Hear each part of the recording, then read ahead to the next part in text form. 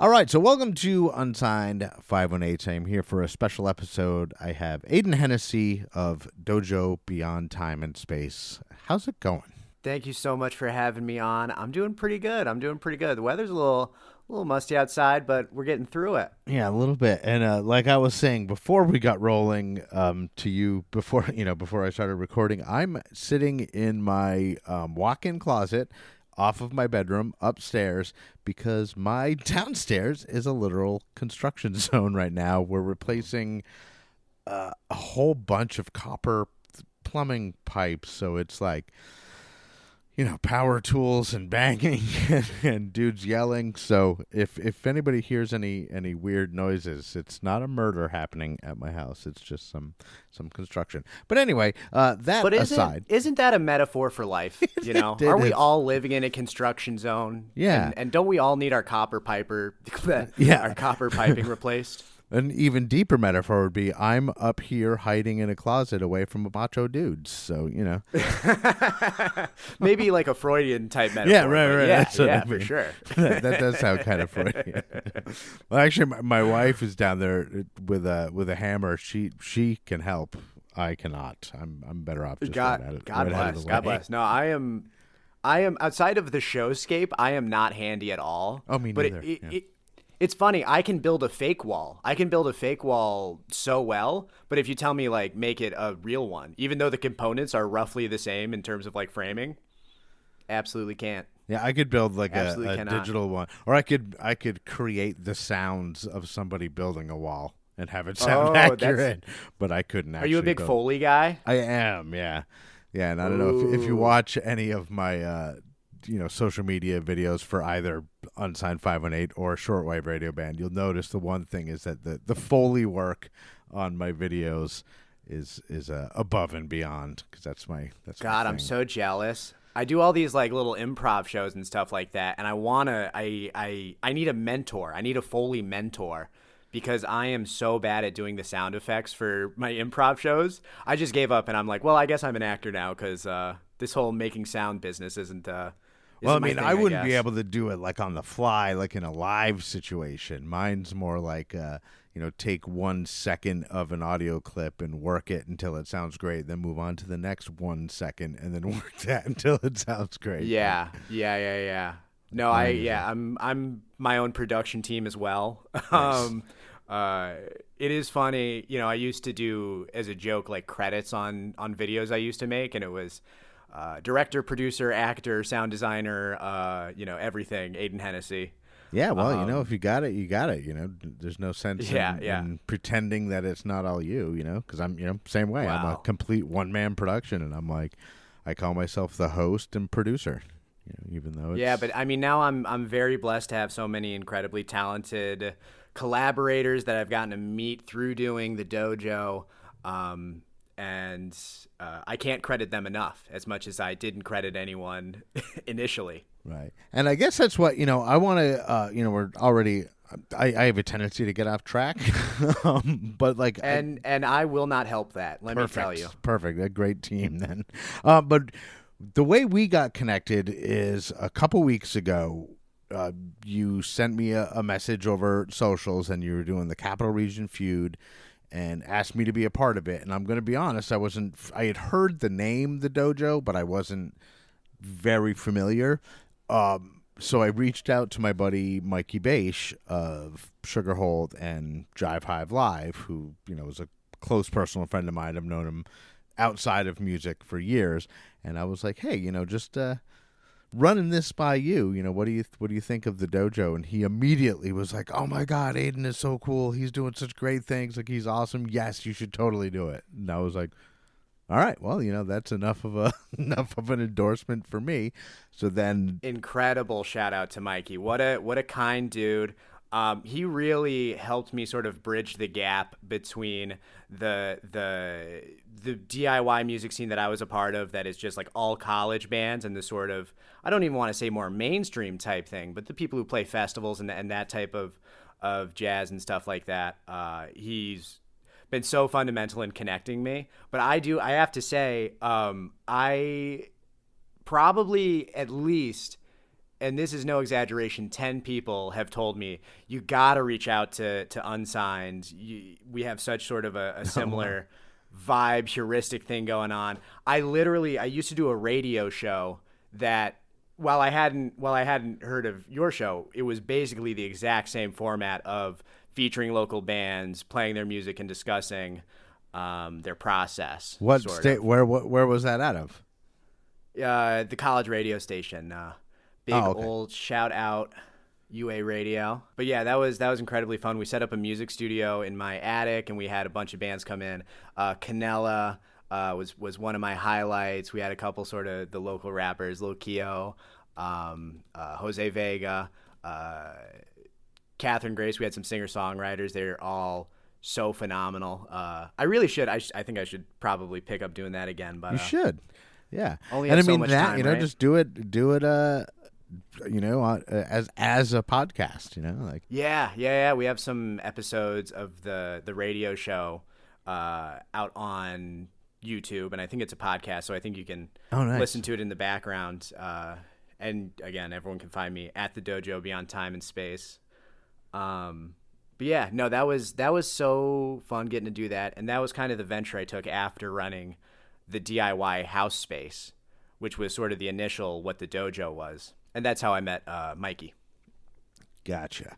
And then I'm a master at circling back. No, that's good. You thought it was an unwinding tangent that'll go on forever, but no. I was hoping it where was. we started. I like unwinding tangent, but yeah. So like Mikey is who, basically his endorsement was enough for me to literally I responded immediately as soon as Mike was like, "No, that dude is awesome. I love what he's doing." I was like, "Cool." So I do want to talk about like the Dojo in general, and then maybe kind of lead up to what I'm talking about when I say Capital Region Feud, because people may not know what I'm talking about yet. But so I guess explain what exactly is the Dojo.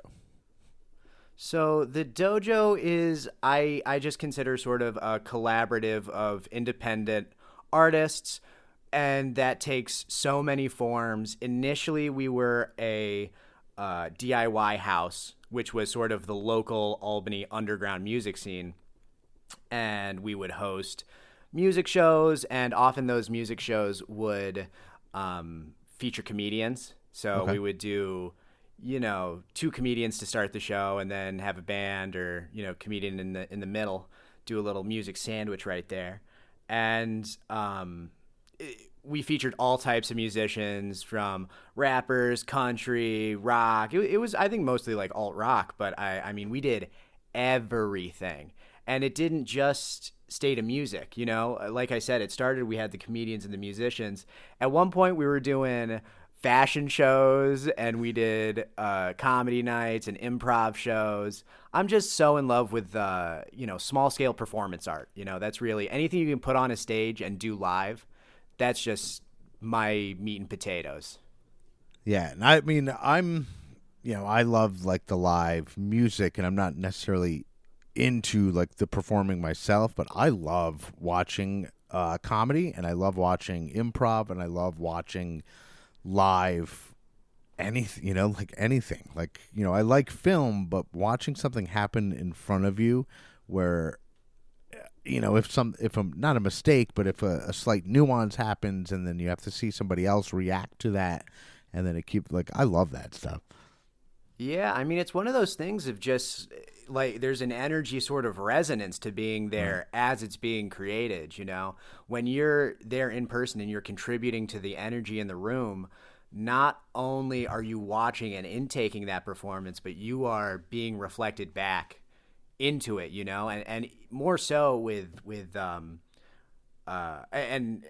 goes with music, very much so with improv. What you give those performers, they are literally taking and translating in real time into some sort of like built new reality and scene. Right.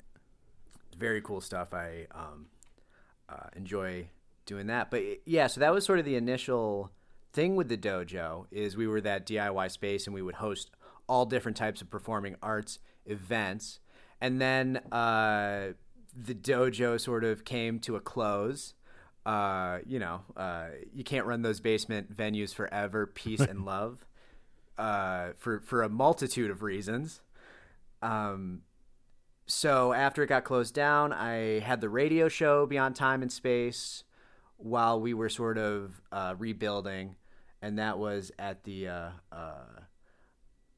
Albany radio station, the college radio show.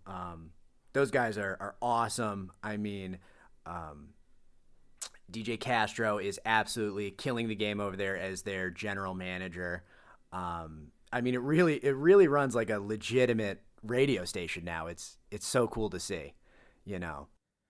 And that's something like with, you know, this day and age, you know, I'm fucking old. Like, I'm 51 years old. Like, when I was doing radio, like, I got into radio in the early 90s. And, like, you know, that it was like what you could do then compared to what you can do now. Like, when you said running it like a legit radio station, it's so amazing to me that basically all you need is like some computer technology, a soundproof room, and a microphone, and you can have like anything that you want to broadcast, you know? Yeah, absolutely. It's amazing how accessible the technology has become.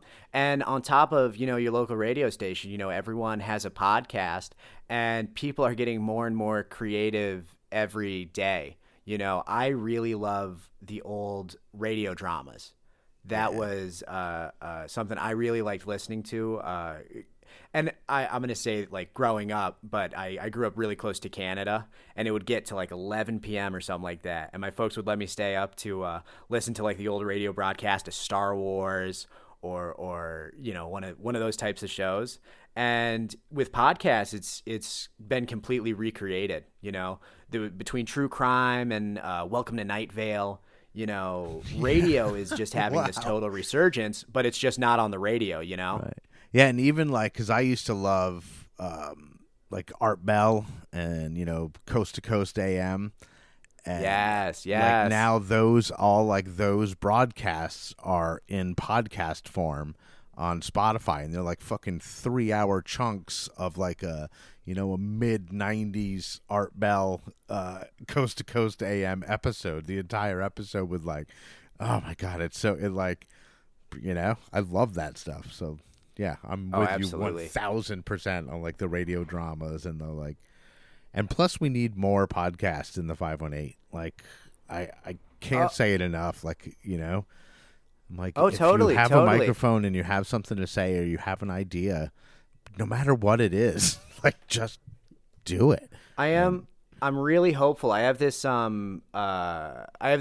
improv comedy show called Quest Buds, and the premise is it's a Dungeons and Dragons one-shot campaign that we act out instead of, you know, playing over top of a board, and it's so fun. But I think it would work perfectly in an audio format, you know. Yeah. And it's just one of those things of getting everyone's schedules together to come together to make that. And if folks are listening and they're interested, August 30th we're going to play at a Stacks Espresso in Troy, the Quest Buds. So nice. I'm not one to miss a good shout out. No, hell no. That's why we're in this, like, to make a community, you know, and that's how you do that. Totally. It's one of those things of building a consistent presence in like the audience's mind. You know what I'm saying? Like with bands, right? If you're putting out sort of like consistent releases and your audience has something to follow, you know, they have performances to go to every couple of months, you know, or every couple of weeks, God willing, you know, it's a lot easier to keep up. And I think sort of the equivalent with that for comedians and other types of performance art people are podcasts, you know. Right. That's how you keep the audience sort of engaged in what you're doing and investing in you know. Yeah. And I mean, you know, when you said like shows where you would have comedians and musicians, like, you know, because I'm a big stand-up comedian, or not stand-up comedian myself, but I'm a big stand-up comedy fan and like have been, you know, my entire life. And until you said that, I don't think I'd ever even really thought of having, you know, putting together a show with a comedian. And, doing what we do, how most of the bands kind of put their own shows together, like you get a venue to agree to have you play, and then you're like, all right, let me figure out some bands to play. I think having, because I know a couple of stand-up comedians, I think having one of them on the bill would be awesome. Even like running the show, like before the band, in between bands, like. One of the sort of pitfalls I'll warn you against is that stand-up comedy has to occur in a very specific setting. We have very much trained ourselves to consume stand-up comedy in a comedy environment, right? So if you think about your standard sort of comedy club, it's seated tables. You are sort of radially around a comedian, and this breaks a little bit when they play theaters and stuff like that. But generally, the audience is seated, and the lights are sort of down, so the audience has this sort of feeling of anonymity, right? And I think that that's very important. The other thing you have to do is you have to pair the comedian and musicians well. I think probably the best pairing is that sort of singer-songwriter type feeling, and you want to sort of match the audiences of the comedian and the musician. And I think that's like an instantaneous equation for success, know? Yeah, I guess I hadn't even thought of that, because in, some venues, the comedian might, quote-unquote, bomb, and then that could fuck up the whole rest of the night, Yeah, absolutely. Absolutely. I don't want to name any names, but I definitely made the mistake of putting on sort of an edgier comic before a singer-songwriter who is very much in that sort of progressive vein of things. And, it didn't work out to anyone's benefit, So, these are just a few of the things you have to keep in mind when you're booking mixed shows. But I mean, let me tell you, for every time that it's been a terrible failure, I've got 5 stories of when it was the best show ever, and just got the audience truly engaged in dealing with the sort of personal elements of both, and the vulnerability of both stand-up comedy and the sort of singer-songwriter type archetypes, right? So we should, I guess, talk about the Capital Region feud that is going on. I've seen some stuff on Reddit about it. Those negative Nancy's over there. Hey, positivity won out in the end. It really did. It really did. There was some really great and like I'm like one of those people that I firmly believe that, like, if you don't have anything nice to say, like, I know it sounds fucking trite, but like, I see those comments and I want to be like, hey, what the hell? But I'm like, you know what? I'm just gonna walk away. And then I see all the nice comments and I'm like, yeah, there are. See, yeah, and it does warm the heart when you're like, those are my people. The some of those comments were like, yeah, people are doing something cool and unique, and there's always going to be people that are like, meh. But I think they're just jealous. But anyway, talking about the Capital Region feud, I guess I want to know, like, I personally, because I've agreed to be a contestant, and my bandmates have been like, so what's it all about? And I'm like, I'm gonna be real with you, I don't know. So and we appreciate that adventurous streak in you that would agree to do this. Oh, you'll find out, like, because I have a feeling, we'll probably work together again on something. But you'll find out about me as I say yes to everything. I'm like, I don't care what it is. Yeah, let's check it out. I am an adventurous person.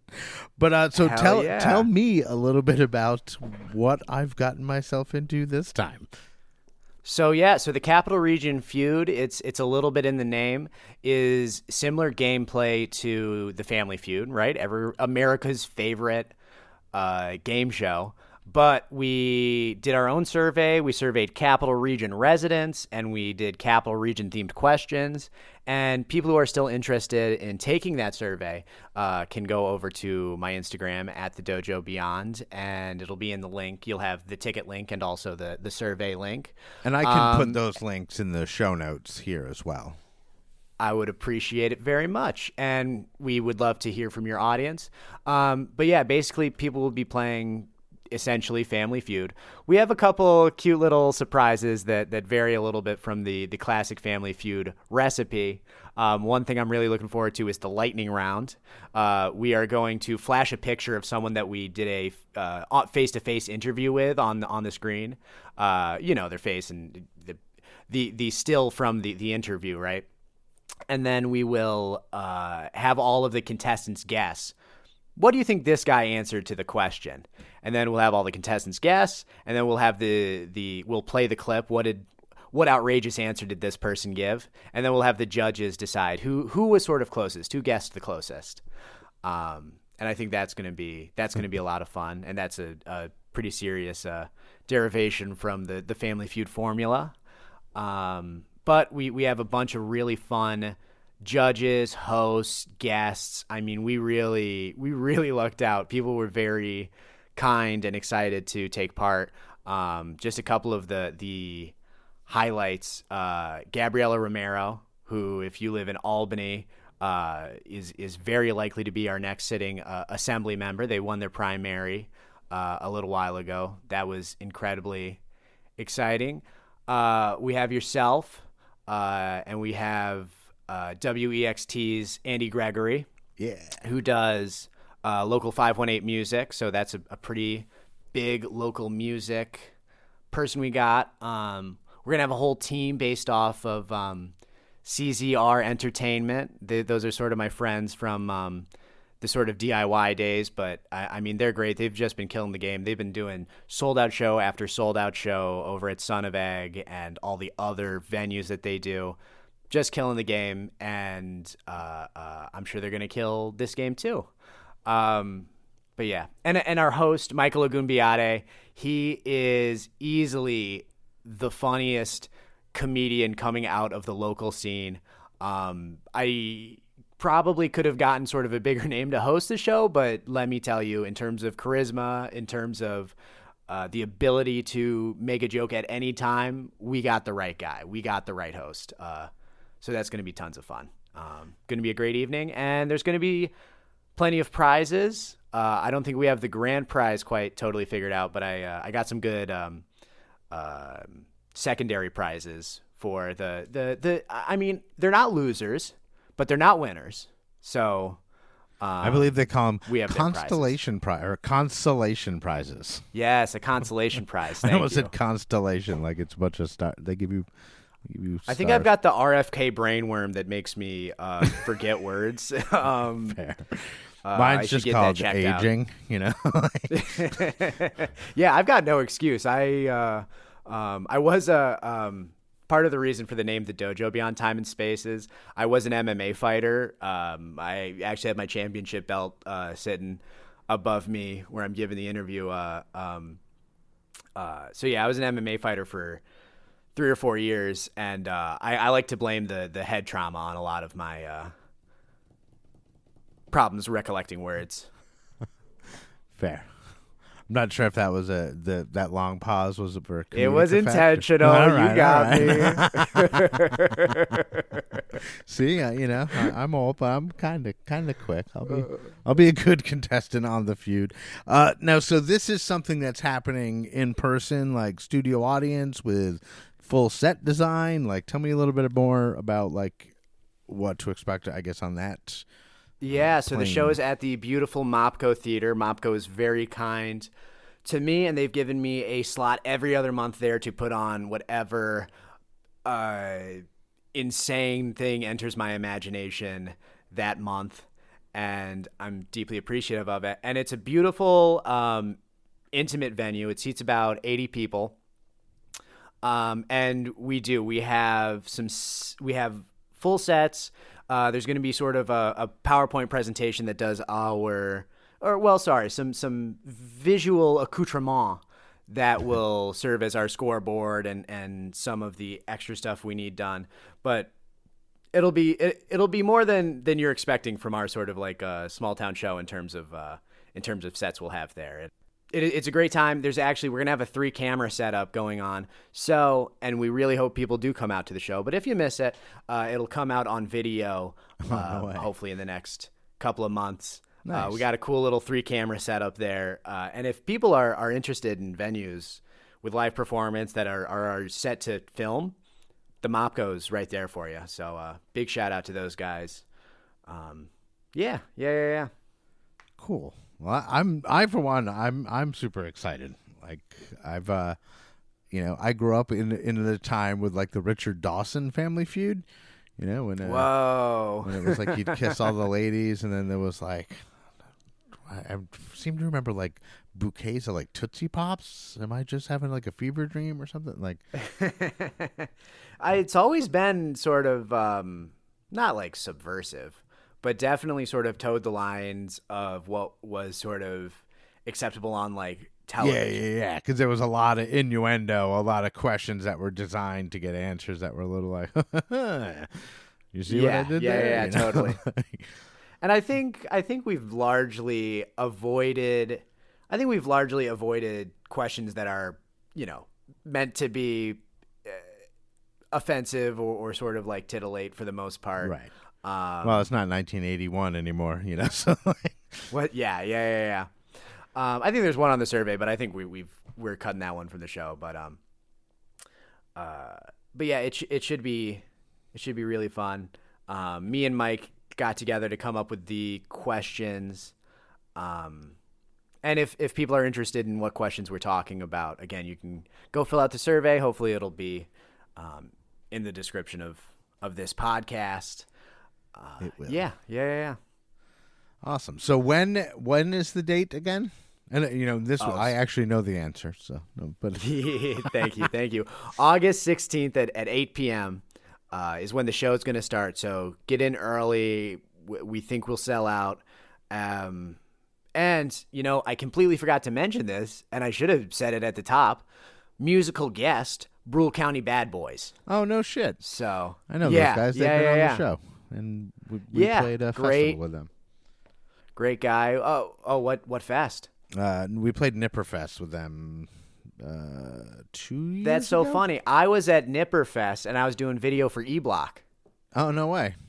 Yeah. Yeah. I'm in We did Shortwave this Radio cute little Band. series. I think we played just before we played on the same stage as Brule County Bad Boys, but it was like us and then Sugarhold on another stage and then Brule County on the stage that we played. But yeah, they've been on the show. They've been out here to the Dazzle Den. Good bunch of dudes. I like those guys.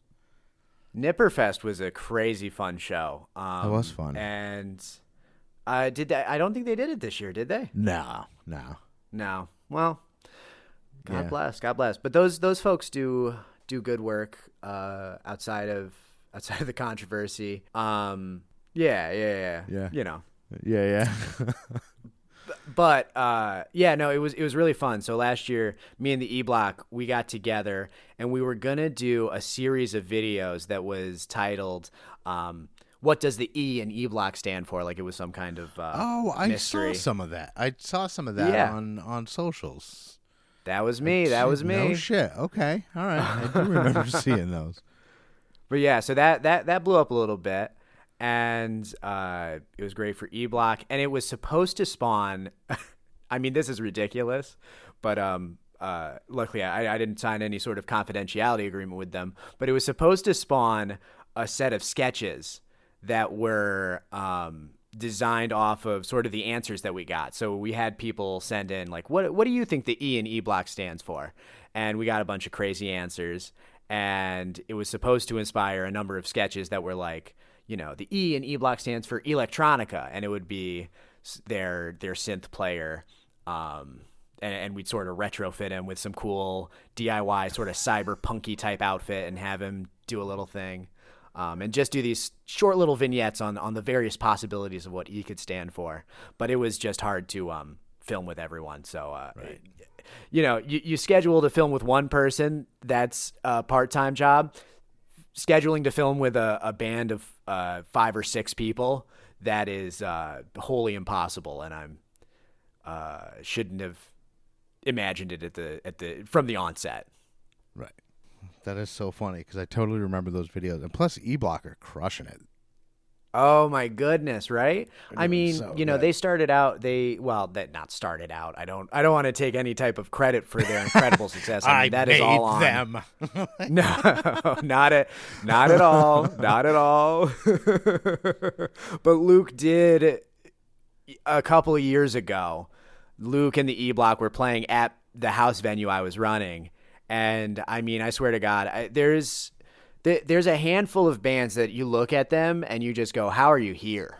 You know, not even like, you know, these are the handful of people that I think can make it out of here. These are, how in God's name have you not made it out of here? And there's some, I obviously pay attention to a lot of local bands, and like, my Spotify, like anytime like a band even comes across my radar, I go to their Spotify and follow them, just because that's, a fucking easy, simple thing to do to like give a little bit of support. And I listen to the E-Block quite a bit, and it's funny, every time I go to their page, I'm always like, well, that number of monthly listeners looks a little higher than it did last time I checked it. Like their growth is fucking unreal. Like they're doing so good, man. Yeah, I mean, their collaboration with Soli Had, who's sort of a nationally charting artist, was big for them. But I mean, you can't simplifying it beyond how incredibly talented all of those people are and determined to succeed. I really should shout out, while I'm shouting out E-Block, James Soren, their former saxophonist. He is also incredible and helped build that band. And he actually helps me out with another music thing I do, the Capital Region Mario Kart experience. Oh, with the live band? Yeah. That's so you we too? have... Yeah, I'm everywhere, dude. Here's one truly, and I hate to talk too much about like the, quote unquote, the business, because I'm sure general audience people don't really care too much about it. But one of my big sort of flaws is I do not put things in their sort of separate buckets, and I'm trying to learn and do better from it. Right, because I have these three or four shows that I do that are fairly high profile, but because I sort of mix the marketing on all of them, people don't know. People might follow one, get information for another one, and then they don't really know, like, what am I following? Because I just have such a broad array of things. Right. So people might follow me from Capital Region, the Capital Region Mario Kart experience, and then they see, information for what's something else that I do that isn't music related, a stand-up comedy show, and they're like, this isn't what I signed up for, let me go away, as opposed to keeping those buckets separate and making sure that we're getting the dedicated audience for those things delivered exactly what they want, And I think that's something I should learn from, but I haven't. Yeah, it's tough. And like sometimes that can be like a double-edged, because I like just experienced kind of the opposite, because like I've been doing Unsigned518 for, a little more than 2 years now.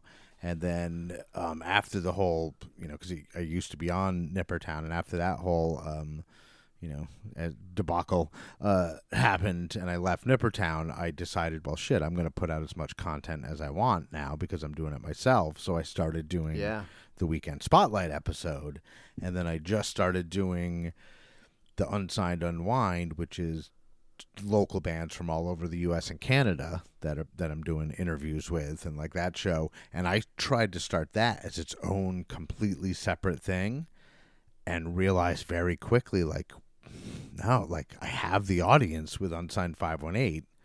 Like I got to just roll them in together, because trying to start it as its own thing was, I mean, fucking, it got nothing. It got like nobody heard it, and I was like, oh, wow. And then like instantly I was like, well, yeah, I mean, I gotta figure out a way to keep them like on the same platform but separate.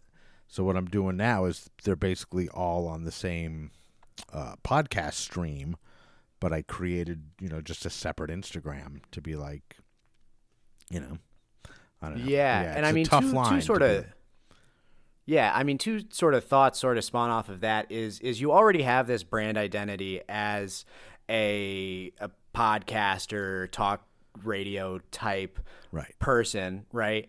And Unsigned Unwind is still in that same similar beat. You know, I can't imagine that the people who follow you and listen to you and like your opinions and like the artists that you hear, I can't imagine that they're uninterested in when you broaden your horizon beyond the 518. Yeah, and then I mean, really, all I'm doing, and I'm uploading them as like, they're 15-minute episodes, and they're just a short form version of Unsigned 518. But it's just, I've talked to people from Chicago and Detroit and Portland, Oregon, and Ohio, and like just all these bands from all over the place, and it's neat to just be able to be like, hey, what's the scene like there? You know what I mean?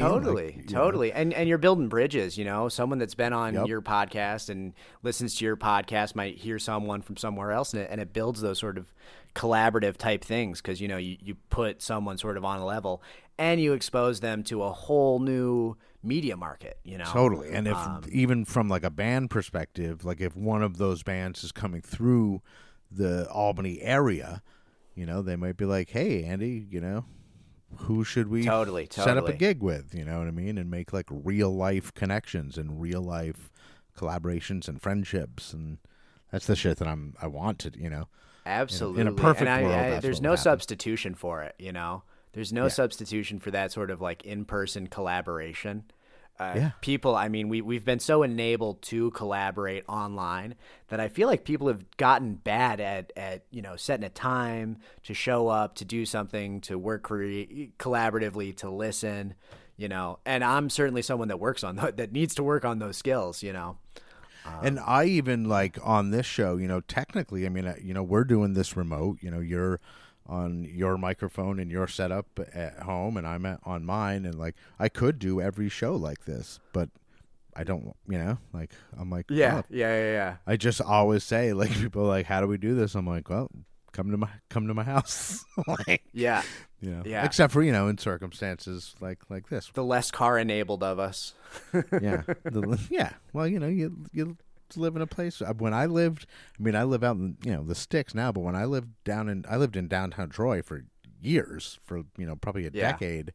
And I don't think I had a car for more than 1 or 2 of those years. Because it was like, it was just a fucking pain in the ass, So, how poppin' is that Troy music scene? I mean, I say no thanks to the mayor, etc. But right. know. Well, yeah, that's all brand new. But like I say that, like I feel like I like took a curse with me or something. Because when I first moved there in like the early 2000s, people like I was like, I was moving from Vermont, like a small town in Vermont. Like I was like I'd never like really lived in like a downtown before like that. Yeah. And I was like, I love this place. Like it's coming up, and everybody's like, it used to be so shitty. It's like now kind of turning, and now 20 years later, like now that I haven't lived there in 10, 12 years, like I'm like jealous that I don't live that I'm almost like, man, I kind of just wish that I hadn't moved out of Troy, because like that fucking scene that is so funny. I have an almost identical story. I mean, it kind of sounds like I've been trying to steal your identity this entire show. That's like, oh, I did the same radio show basically, and trust me, you don't want my identity. But yeah, no, I came from a very rural town in upstate New York, an hour north of Syracuse, a beautiful little city called Watertown. I know Watertown. Legally call it a city. I used to work at WGY with a anchor from Watertown. Oh, that's awesome. That's awesome. Do you remember that? Well, either way, but yeah, just do I this, remember this his small name? town. I do. His name was Matt Del Signor. Whoa, yeah, no, very, very familiar. He was a radio news anchor. Yeah. Oh, you do know him? Oh, I mean, it's one of those things you sort of ambiently sort of right, pick the up name, there. sure. There's 4 radio stations, so yeah. But he worked at WGY. Yeah, because I've been at, like I said, I popped around radio for years. That was always my thing. I mean, that is a great sort of like entryway into media. I'm finding out, especially working with those kids in the college radio station. They all seemed to have some stuff lined up, whether it was, working audio somewhere or some type of journalism, but just based off of sort of the portfolio that they had built doing radio. I mean, it was such a great leaping point, Yeah, and it was such a, like, or at least for me, when I got into it, it was such an accessible thing to get into, and it probably still is that way, probably even more so. Like, if you're like, even like in high school, if you're like, hey, I want to do, like, there's programs like in high schools that, the audio video shit, and like, you'll be called the nerd in high school, I fucking guarantee it. But like, yeah. But when you get out of high school, like, that stuff that you learn, like, you can almost write your own ticket, like, or at least get your foot in a door in radio, Totally. which could lead to like you said, any other medium. Like, if you're like, I want to I feel like, and I know it's such a trope of like media about high school, but the nerd sort of in the AV club. I feel like AV is flourishing among kids. All these kids, they grow up watching YouTube. They grow up seeing these sort of creatives doing this thing, and they wonder how they can do it. I mean, I swear to God, my little brother was like 12 years old, and he was editing video together in a way that just like absolutely broke my father's brain. Yeah, I mean, it is only going to get more accessible with time. Definitely. And like, I think like just like the stigma of being like the quote unquote nerd is like not there anymore. You know what I mean? Absolutely. Like, it's just like, no, like the people realize that like this is a helpful thing. Like, yeah, I love radio.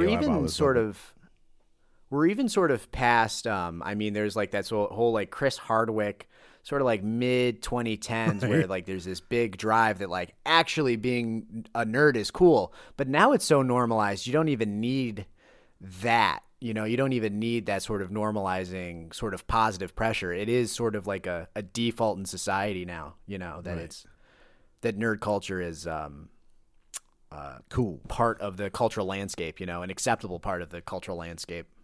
Yeah, for sure. I mean, you're talking to a 51-year-old whose office is like all nerd culture shit, like video games and action figures and like Marvel movies and horror movies. And I would say my apartment is basically dedicated to like pulp sci-fi. Everything I read is sort of in the vein of, well, I like a lot of like classic literature too, but also sort of those pulp sci-fi magazines and that type of aesthetic. Right. Nice. Well, sweet. Well, I guess like before we wrap it up, because we've just been bullshitting for like a long time, and while it's fantastic, like maybe we should should wrap it up. But before we do, fair enough, certainly. Is there anything else that you wanted to throw in there before we say goodbye? No, I mean, let me just go through very quickly. August 16th, Capital Region Feud. It's going to be a phenomenal time. A lot of your favorite local music personalities are going to be there, and that's going to be at the Mopco Theater, and you can get your tickets on their website. And then August 30th, the Quest Buds, our comedy D&D improv show, is going to be at Stax Espresso. And those tickets are on Eventbrite, and you can find me on Instagram at the Dojo Beyond. And that's not just me; that's a whole collective of people. But that's sort of where I put out my art and my work. So, thank you so much. Yeah, man. And well, I'm sure we'll. Obviously we're going to meet in person when I'm a contestant on the Capital Region Feud, but I feel like we're going to do some more collaborations in the future. Like, I just feel that coming, Yeah, that would be awesome. That'd be awesome. I mean, yeah, we're clearly both interested in local music journalism and local entertainment journalism as in a whole. So, I'm very excited to meet you, boss. Cool, man. All right. Well, that is Aidan Hennessy of Dojo Beyond Time and Space. I'm Andy Scullin. This is Unsigned 518. I'll see you on the road.